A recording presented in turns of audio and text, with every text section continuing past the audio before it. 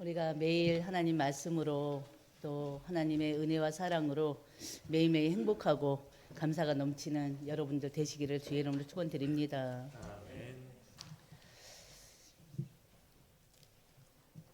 우리는 지난주에 바로 내가 어디 있느냐 그 말씀으로 우리가 한 주를 보냈습니다. 그렇죠? 강조해 주신 말씀으로. 여러분 한 주 동안 매일매일 어디에 계셨습니까? 분명히 여러분 나름대로 이제 생활하는 공간에 계셨겠죠. 직장에 계셨을 테고 또 가정에 계셨을 테고 그렇죠? 또 만남도 있었을 것이고 그러나 중요한 것은 여러분들의 마음은 여러분들의 생각은 여러분의 중심은 어디에 있었어야 됩니까? 하나님께 있었어야죠. 그렇죠? 그래서 우리가 때로는 바빠서 할 일이 많아서 여러 가지 이유와 핑계들로 하나님께 가까이 갈 수가 없다. 기도할 시간이 없다. 예배를 드릴 시간이 없다 하는데요. 어떻게 보면 그건 다 핑계입니다. 사실 그렇지 않습니까? 오늘 축성에서도 하나님께서 고백하게 하셨잖아요. 여호와께 돌아와라. 하나님은 어디 계셔요? 항상 우리를 보고 계시고 항상 우리를 지키시고 계십니다. 그리고 항상 그 자리에 계시는 분이세요. 절대 하나님은 요동하지 않으세요. 변함이 없으세요. 근데 우리가 자꾸 변해지는 거예요. 우리가 요동을 해요. 그래서 지난주 바로 내가 어디 있느냐 그 말씀이 끝났다고 잊어버리는 것이 아니라 그 말씀을 항상 생활의 중심 가운데 두시길 바랍니다. 내가 지금 어디에 있지? 어딜 가고 있지? 항상 여러분들의 방향을 항상 보시길 바랍니다. 어딜 향해 가고 있는지. 그래서 우리가 지난주에 이제 내가 어디 있느냐 그 말씀 가지고 나눴고요. 오늘은 또 하나님께서 회복의 길을 여시는 하나님 이 말씀을 가지고 우리가 또 은혜의 시간이 되려고 합니다. 하나님이 나에게 또 어떤 은혜를 주시는지 또 이 말씀을 통해서 뭘 깨닫게 하시는지 응답받는 그런 시간 되시기를 주의 이름으로 축원드립니다. 회복은요 어떻게 보면은 지금 이 시대에 여러분 개개인들에게 가장 절실한 단어가 아닌가 싶습니다. 왜냐하면 저 역시도 새벽마다 무시로 또 정시로 기도하는 그 회복의 기도 제목들이 있거든요. 아버지 이거 저거 요거 회복되게 해주세요. 그러면서 또 이것저것 요거 하다가 그렇지만 가장 먼저는 하면서 또 이제 본론으로 들어가요.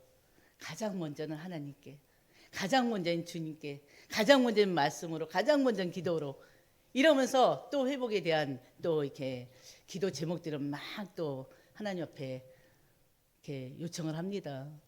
여러분들 또한 또 많은 그 회복의 내용들을 요청하고 계실 거예요. 많은 사람들이 지금 신앙생활이 굉장히 어려워요. 신앙생활 하기가. 믿음도 많이 식어졌고요. 또 예배도 어느 순간에 형식적으로 드려지는 경우가 많아졌고요. 그러다 보니까 믿음의 가정들이 또 여러 가지 문제로 또 흔들리기도 하고요. 교회도 갈수록 이제 성도들이 막 떠나면서 지금 많은 교회들이 이제 그러니까 코로나 이전과 이후가 완전히 바뀌어가지고 아직도 회복하지 못했고 작은 교회들의 성도들은 또 지금은 이제 큰 교회로 움직이는 그런 또 지금 시기를 맞이하고 있거든요. 이미 시작됐었거든요. 그러다 보니까 작은 교회들은 또 더 작아지고 가정교회로 바뀌어지고 또 교회는 문을 닫게 되고 지금 이런 현상을 지금 우리가 계속 경험하고 있거든요. 우리 이제 목회자들끼리 계속 이렇게 얘기를 나누고 있는데 교회도 이렇게 어떻게 보면 한편으로는 또 지쳐가고도 있습니다.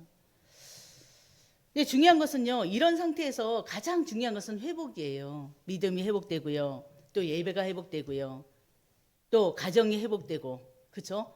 기도가 회복되고 무너진 가정들이 회복돼야 됩니다. 교회들이 회복돼야 됩니다. 무엇보다 교회 공동체가 회복되지 않으면 안 돼요. 근데 중요한 것은 그 회복은요, 우리 인간 스스로가 어떻게 할 수 없는 부분이래요. 노력해도 안 되는 부분도 너무 많고요. 그래서 하나님 먼저 찾아오셔야 되고요. 하나님께서 또 중요한 것은 하나님께서 이끌어 인도해 주셔야 됩니다. 그러나 하나님께서는 계속 어떻게 해요? 모든 교회들의 모든 성도들의 우리 성도들이 있는 그 현장에 하나님도 함께 계십니다. 그리고 또 중요한 것은 모든 일에는 하나님 계획이 있고 뜻이 있어요. 그리고 또 모든 일에는 하나님의 시간표가 있습니다.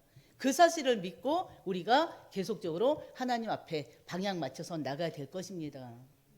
그래서 올 한 해는 영적인 회복이 가장 먼저 있는 한 해가 되기를 바라고 원합니다. 그래서 그런 가운데서 여러분들도 매일매일 영적으로 거듭나는 그런 성숙되는 여러분들 되시기를 주의 이름으로 축원드립니다. 우리 첫 번째 나눌 말씀은요. 하나님은 어쩌면 우리가 연약해서 죄를 지어요. 이 자유의지가 죄 가운데 빠지면 안 되는데 자꾸만 세상을 바라보면서 또 죄를 짓게 된단 말이에요. 근데 하나님은 죄를 외면하지는 않으십니다. 죄를 외면하지는 않으시고 회복의 길을 또 여시는 분이십니다. 죄는요, 어떤 결과를 보게 됩니까? 죄는요, 낙원을 잃게 만들고 하나님과 단절시켜 버려요. 이 낙원은 제가 뭘 얘기할까요? 에덴 동산을 얘기하는 것입니다. 에덴 동산이 어떤 곳이었습니까? 창세기 2장 8절에 보면요, 하나님이 친히 조성할 사람을 두신 곳이었습니다. 그리고 3장 8절에 보면 동산의 건시는 여호와 하나님이 임재하는 곳이에요. 동산을 거니신다고 그랬잖아요. 하나님이 임재하는 곳입니다. 하나님과 인간이요, 막힘없이 교제하던 장소가 바로 에덴 동산이었어요. 또 에덴 동산에 먹을 것이 풍성합니다. 그리고 완전한 자유와 평안이 가득한 곳이 바로 에덴 동산이에요. 에덴 동산 그 자체가 바로 낙원이었습니다.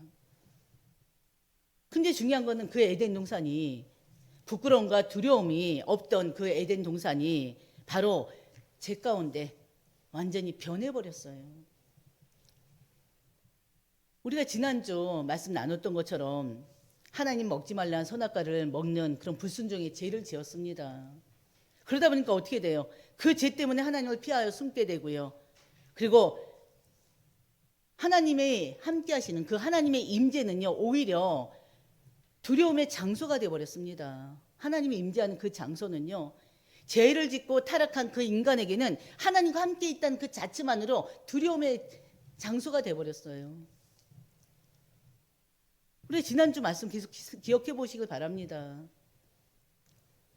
아담과 하와가 죄를 짓고 어떻게 됐습니까?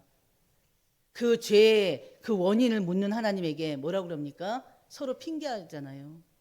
내가 잘못했습니다. 내가 그랬습니다. 회개하지 않고요. 어떻게 책임 전가함으로 인해서 어떻게 해요? 그 관계가 완전히 깨져버렸습니다. 땅은 어땠습니까? 오늘 또 말씀을 나눌 건데요. 저주받아서 고통과 죽음이 들어오게 돼버렸어요. 그 현장이 바로 에덴 동산이에요. 한마디로 타락 전에는요, 하나님과 함께 살던 바로 어떻게 보면 최초의 성전이란 말이에요, 그곳이. 근데 타락 후에는 그 집을 잃어버리게 돼버렸습니다. 인간의 범죄는요, 하나님과 인간의 교제를 단절시킬 뿐만이 아니라 어떻게 보면 하나님의 형벌을 가져오게 된 계기가 돼버렸죠. 하나님은요, 죄를 반드시 다루십니다. 반드시 죄에 대해서 심판을 하셔요. 왜? 우리가 늘 말씀을 나눈 것처럼 하나님은 공의의 하나님이시기 때문에. 사랑의 하나님이셔요. 사랑의 하나님이시면서 공의의 하나님이세요. 그래서 하나님은 반드시 죄에 대해서는 그냥 넘어가지 않습니다. 지금도 마찬가지시고요. 반드시 심판을, 징계를 하시면서 또 중요한 것은 그 죄를 깨닫게도 하십니다. 16절에서 19절, 바로 하나님은요, 죄가 가져온 그 결과를 지금 말씀하고 있어요. 죄는 단순한 실수가 아니고 반드시 삶의 결과를 반드시 남겨요. 죄의 결과는 반드시 있습니다. 어떻습니까? 여자는 어떻게 했어요? 하나님을 떠나는 그 범죄를 통해서 선악과를 따먹고 하나님 말씀에 불순종한 그 결과를 어떻게 했어요? 내가 임신하는 고통을 크게 더하리니 그랬어요. 잉태의 고통과 해산의 그 수고를 겪게 됐습니다. 하나님은요, 출산 자체를 저주한 게 절대 아닙니다. 출산은 여전히 생명의 축복이세요. 축복이에요. 왜냐하면 분명히 창세기 1장 28절이죠. 생육하고 번성하고 그랬잖아요. 하나님 주신 축복입니다. 그렇기 때문에 잉태에 그다음에 출산은요, 하나님이 주신 축복이에요. 근데 중요한 것은 죄로 인해서 그 생명의 자리에, 생명이 잉태된 그 자리에 고통이, 탄식이 들어오게 된 것입니다. 인간의 삶은요, 이제 기쁨만이 아닙니다. 수고한 눈물도 함께하는 그런 삶이 돼버렸어요. 또 남편은 어떻습니까? 남편은 어떻게 됐어요? 아내의 말을 듣고 내가 먹지 말란 나무의 열매를 먹었은즉 땅은 너로 말미암아 저주를 받고, 그리고 또 너는 내 평생에 수고하여야 그 소산을 먹으리라 그랬습니다. 중요한 것은요, 부부 관계가요, 조화와 협력의 관계에서 이제는요 벗어나서 죄로 인해서 갈등이 생기고, 또 중요한 것은 이 하나님 먹지 말란 선악과를 먹음으로 인해서 땅이 완전히 또 저주받는 상태가 되어버렸습니다. 하나님과의 관계만 깨트는 것이 아니라 이 죄가요, 가정의 관계 또 공동체의 관계까지 완전히 무너뜨려 버렸어요. 하나님과 언약의 당사자였던 아담이 이제는 땀을 흘려 수고해야만 땅의 수산을 먹을 수 있는 그런 현실 앞에 놓이게 됐습니다. 너는 흙이니 흙으로 돌아갈 것이니라 19절 말씀하셨죠. 바로 죄의 최종 결과는 뭐예요? 죄의 최종 열매는 무엇입니까? 죽음이에요, 죽음. 하나님께서는 여러분이 너무나 잘 아는 것처럼 에덴 동산 중앙에 뭘 심어 놓으셨습니까? 선악과 나무와 생명나무 열매잖아요. 그 생명나무 열매는요, 그 따먹음으로 인해서 죽지 않는, 영원히 죽지, 어떻게 보면은 그 생명나무를 먹는 순간에는 영원히 죽지 않는 상태인 거예요. 그렇지 않습니까? 근데 인간은 영원히 살 존재로 창조되었지만 결국에는 어떻게 됐어요? 바로 죄로 인해서 죽음을 맞이하게 되었습니다. 이처럼 죄는요, 하나님과의 관계를 깨뜨릴 뿐만이 아니라 삶 전체에 고통을 가져다 주고요, 결국에는 삶에 무너지는 그런 비극을 가져오게 된 것입니다.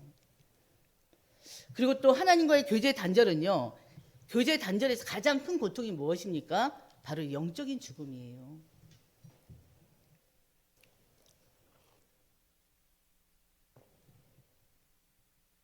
우리가 보실 말씀이 22절에서 24절인데요. 죄지은 아담과 하와, 타락해서 하나님과 단절된 그 아담과 하와 어떻게 됐습니까? 바로 하나님 교제가 끊어진 그 아담과 하와, 하나님께서는요 그들을 에덴 동산에서 추방하셨습니다. 왜냐하면요, 범죄한 그 아담과 하와가 생명나무 열매를 따먹고 영생할까 봐 그러고 분명 성경에 기록되어 있어요. 무슨 말입니까? 생명나무 열매를 따먹으면 영생할 수밖에 없는 거잖아요. 근데 그들이 죄를 짓고 이제는 죽음을 맞이할 수밖에 없어요. 그것을 먹는 날에는 너희는 반드시 죽으리라 하셨거든요. 근데 먹었잖아요. 그럼 죽을 수밖에 없는 거예요. 그래서 하나님께서는요, 범죄한 그 아담과 하와가 생명나무 열매를 따먹고 영생한 것을 막기 위해서 에덴 동산에서 완전히 내쫓으신 것입니다. 흙으로 돌아갈 것이라 하셨던 것처럼 이젠 범죄한 인간에게 죽음이 찾아온 것입니다. 그 말대로 된 것이에요. 무엇보다 큰 저주는요, 동산에서 쫓겨남으로 인해서 생명의 근원 대신 그 하나님과의 관계가, 교제가 완전히 끊어지는 것입니다. 하나님과의 교제가 끊어졌다는 건 뭐예요? 바로 영적인 죽음을 말하는 거잖아요. 하나님은 사랑이 하나님이지만 죄에 대해서는 절대 가볍게 여기지 않는다는 거, 그 사실을 항상 기억하시길 바랍니다. 왜냐하면 어느 순간에 우리가요, 죄를 너무나 가볍게 여기고 있어요. 그리고 또 때로는 회개만 하면 되지 뭐, 회개하면 되는데 뭐, 그러면서 죄에 대해서 두려움이 없어요. 다 그렇다는 게 아니라 많은 사람들이 죄에 대해서 굉장히 가볍게 여기고요, 죄에 대한 두려움이 많이 사라진 것을 보게 됩니다. 근데 중요한 것은요, 인간이 에덴에서 추방돼서 죽게 된 것은요, 그 자체로 어떻게 보면 형벌이고 최대의 비극이에요. 그렇지 않습니까? 그러나 하나님께서 인간을 에덴에서 추방한 것은요, 한편으로 다른 한편은 사랑이기도 하고 배려의 결과이기도 합니다. 왜냐하면 인간이 하나님과의 교제가 완전히 단절된 상태잖아요. 죄를 지음으로 인해서 하나님과의 교제가 완전히 끊어진 상태잖아요. 그런 상태에서 만약에 제 가운데 생명나무 열매를 먹는다면 어떻게 되겠어요? 영원한 심판 아래서 차라리 죽는 것보다 못한 삶을 살게 될 수밖에 없기 때문에 그렇습니다. 왜냐하면 죄로 오염된 몸을 가지고 구원받을 기회도 전혀 갖지 못하게 되기 때문에 그래요. 그렇지 않습니까? 이해되십니까? 사실 고통과 저주 속에서 영원히 산다는 것은요, 그것은 진정한 의미에서 영생이라고 할 수가 없어요. 그래서 어떻게 보면 하나님께서 범죄한 인간이 에덴 동산에서 추방되고 그로 인한 죽음은 인간에게는 어떻게 보면은 복이라고도 할 수 있는 것입니다. 왜? 그게 또 하나의 기회가 되기 때문에 그래요. 두 번째 우리가 말씀을 나누면서 이해해 보시면 될 것입니다. 하나님은요, 심판 가운데서 복음의 약속으로 회복을 준비하셨습니다. 분명히 하나님 심판하셨어요. 그렇죠? 그러나 하나님은요, 하나님의 책망은, 그 심판은요, 어떻게 보면 우리 인간을 무너뜨림이 아니라, 아담과 하와를 무너뜨리기 위한 것이 아니라 살리시기 위한 은혜의 심판이라는 걸 여러분 또 아셔야 됩니다. 하나님께서는요, 범죄한 인간에게 바로 구원의 소망의 빛을 비추셨습니다. 그 빛이 바로 뭐겠습니까? 창세기 3장 15절이에요. 바로 여자의 후손이에요. 우리 창세기 3장 15절 다 같이 한번 볼까요? 내가 너로 여자와 원수가 되게 하고 내 후손도 여자의 후손과 원수가 되게 하리니 여자의 후손은 내 머리를 상하게 할 것이요 너는 그의 발꿈치를 상하게 할 것이니라 하시고. 아멘. 하나님께서는요, 인간이 죄를 짓자마자 구원 계획을 지금 말씀하고 계십니다. 죄를 짓자마자. 이것은 바로 복음에 하나님께서 처음으로 선언하신 말씀이에요. 바로 인간이 죄를 짓자마자 하나님께서 구원 계획을 말씀하셨다 해서 이 복음을 원복음, 원시복음이라고도 합니다. 뱀은 하와를 유혹해서 바로 범죄하게 한 그 뱀 자체만을 얘기하는 게 아니에요. 그렇죠? 뱀은 그 자체가 아니잖아요. 그 배후의 역사는 사단의 세력을 얘기하잖아요. 여러분 너무나 잘 아는 것처럼. 성경은 사단을 옛 뱀이라고 부르기도 합니다. 계시록 12장 9절에 계시록 12장 9절에 보면 사단을 옛 뱀이라고 불러요. 그래서 그 뱀은 뭘 얘기합니까? 바로 사탄을 얘기하는 거예요. 뱀의 후손은요, 사단을 따르며 하나님을 대적하는 불의한 세력들을 말합니다. 반대로 여자의 후손은요, 여자의 후손은 뭘 말합니까? 바로 예수 그리스도를 말하죠. 그 이전에 바로 여자의 후손은요, 하나님께서 택하신 백성들을 말하기도 합니다. 그러나 궁극적으로는 그 백성의 머리가 되시는 예수 그리스도를 가리키는 거예요. 아담의 범죄 이후에 이 세상에는 죄와 또 악의 세력과 하나님 나라의 그 세력 사이에 눈에 보이지 않는 영적 전쟁이 계속되고 있습니다. 이 전쟁은요, 단순히 사람과 사람과의 싸움이 아닙니다. 죄와 또 은혜, 어둠과 빛 사이에서의 영적인 전투입니다. 그래서 우리 성도들은요, 날마다 깨어 있어야 돼요. 날마다 깨어서 바로 하나님 안에 있어야 됩니다. 날마다 깨어서 예수 그리스도 안에 있어야 됩니다. 날마다 깨어서 바로 말씀 안에서 살아가야 됩니다. 하나님께서는 여러분들 왜 부르셨습니까? 바로 여러분들은 바로 구원 주시기 위해서 부르신 거 아닙니까? 구원 주셔서요, 하나님과 함께 임마누엘, 하나님과 함께 살아가도록 하나님 우리를 부르셨어요. 그래서 하나님은요, 바로 이 저주 속에서도 하나님 분명히 아담과 하와의 죄로 인해서 심판하셨어요. 그 심판이 뭡니까? 저주 아닙니까?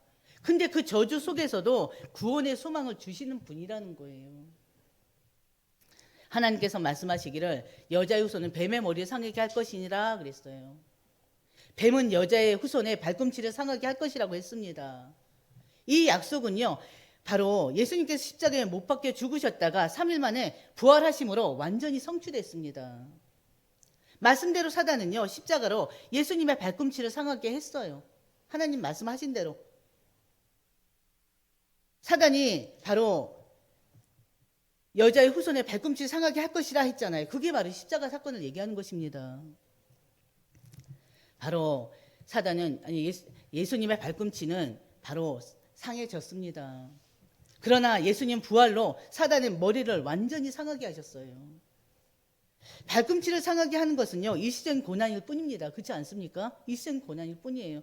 그러나 궁극적으로 예수 그리스도께서 사단의 머리를 십자가에 못 박아 돌아가심으로 인해서 사단의 머리를 상하게 하심으로 결국에는 영원한 승리를 이루신 것입니다. 예수님의 부활은요, 사망 권세를 깨뜨리신 바로 승리이기도 합니다.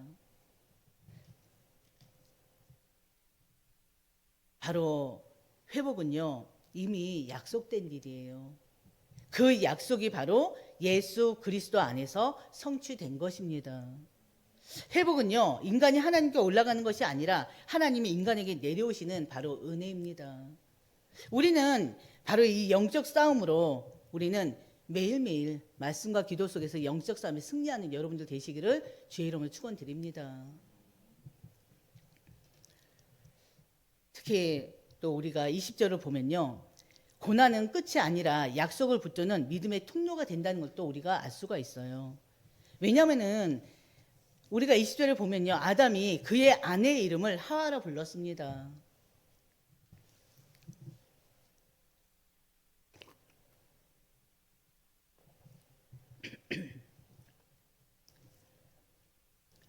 바로 그는 모든 산자의 어머니가 됨이더라 그랬단 말이에요. 아담이 그의 아내의 이름을 하와라 불렀으니 그는 모든 산자의 어머니가 됨이더라 그랬어요. 이 하와라는 이 뜻은요, 생명이란 뜻입니다. 살아있음이란 뜻이에요. 지금 어떻게 보면은 아담과 하와가 심판을 받는 과정이잖아요. 에덴 동산에서 내찌꿈을 당하는 과정이란 말이에요. 근데 이 심판의 장면에서 왜 생명이라는 이름이 나올까요? 바로 아담은 이미 지금 말씀을 나눴던 것처럼 창세기 2장 17절에 내가 먹는 날은 반드시 죽으리라, 바로 죽게 되는 것을 알고 있어요. 그런데도 아담은요, 아내를 죽음의 어머니가 아니라 모든 산자의 어머니라고 지금 부르고 있습니다. 이것은요, 하나님께서 생명을 끊지 않으신다는 그 믿음의 고백이기도 합니다. 아담은 깨달았어요. 죄로 죽음이 들어왔지만요, 하나님은 여자의 손을 통해서 구원의 길을 여신다는 그 말씀을 깨달았습니다.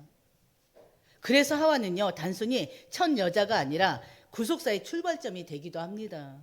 바로 하와에게서 인류가 시작되잖아요. 그렇죠? 그리고 그 계보 속에서 예수 그리스도가 오십니다. 그래서 창세기 3장 20절은요, 타락 후에도 하나님의 은혜가 끊어지지 않았음을 보여주는 언약의 표지이기도 해요. 어떻게 보면요, 회복은요, 상황이 좋아질 때만은 시작되지 않습니다. 회복은 하나님의 약속을 붙드는 그 믿음에서 시작되는 거예요. 지금 이 아담이 아내의 이름 하와라고 불렀던 이 사건은요, 창세기 3장 15절 이후의 사건입니다. 이미 인간의 죽음으로 죽음의 심판이 딱 된 이후예요. 그럼에도 불구하고 아담이 그 아내의 이름을 하와라 부른 것은 바로 뭐라고요? 창세기 3장 15절에 그 말씀을 깨달았다는 것입니다. 그래서 우리가 이 말씀을 통해서요, 한 가지 또 알아야 될 것은, 우리가 이제 어제 장로님하고도 그런 얘기를 나눴는데, 아담과 하와가 구원을 받을 것이냐 못 받았겠냐, 여러분 생각은 어떻습니까? 구원을 받았겠습니까? 못 받았겠습니까? 받았습니다. 왜냐하면은, 근데 중요한 것은요, 성경에는 아담과 하와가 구원을 받았다 안 받았다 그런 얘기가 없어요. 그리고 또 중요한 것은요, 우리 개혁주의에서는요, 아담을 구원을 받았다 안 받았다 함부로 말해서도 안 돼요. 왜? 성경에 없는 말씀이기 때문에. 그러나 이 성경의 흐름상 이 말씀 하나하나를 살펴봤을 때는 아담과 하와가 구원을 받았을 것으로 추론합니다. 추측합니다. 받았다라고 확신할 수는 없어요. 성경에 없는 얘기라. 그러나 많은 신학자들이 이 성경의 말씀을 배경으로 해서 아마도 아담과 하와는 받았을 것이다. 왜? 지금 이 깨닫고 한 말이거든요. 병령 죽으리라, 반드시 죽으리라 했는데 그 이후에 자기 아내의 이름을 하와라, 생명이라 이름을 지었단 말이에요.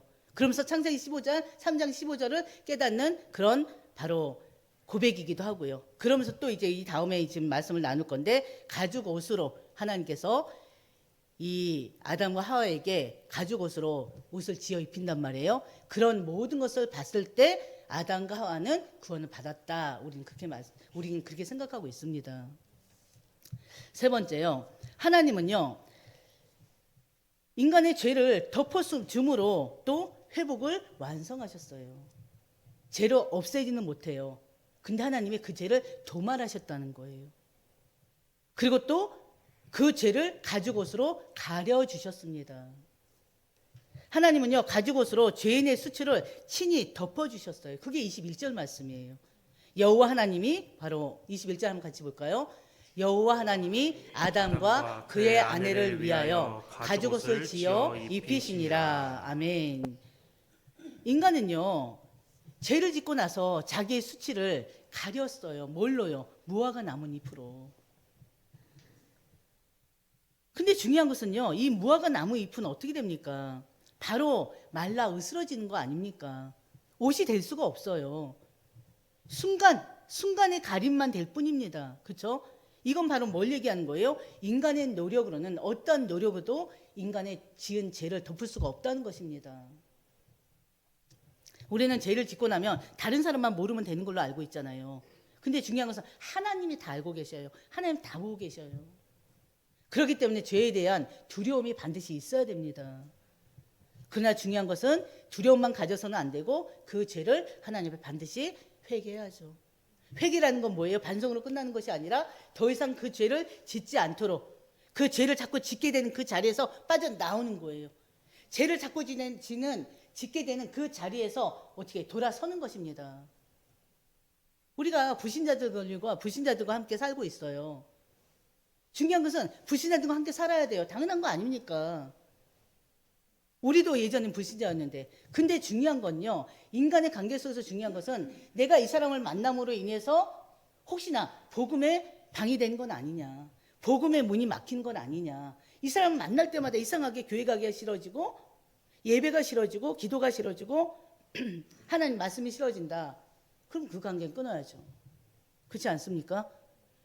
이상하게 이 모임만 들어가면 하나님과 이렇게 소통하는 게 멀어진다. 그렇다면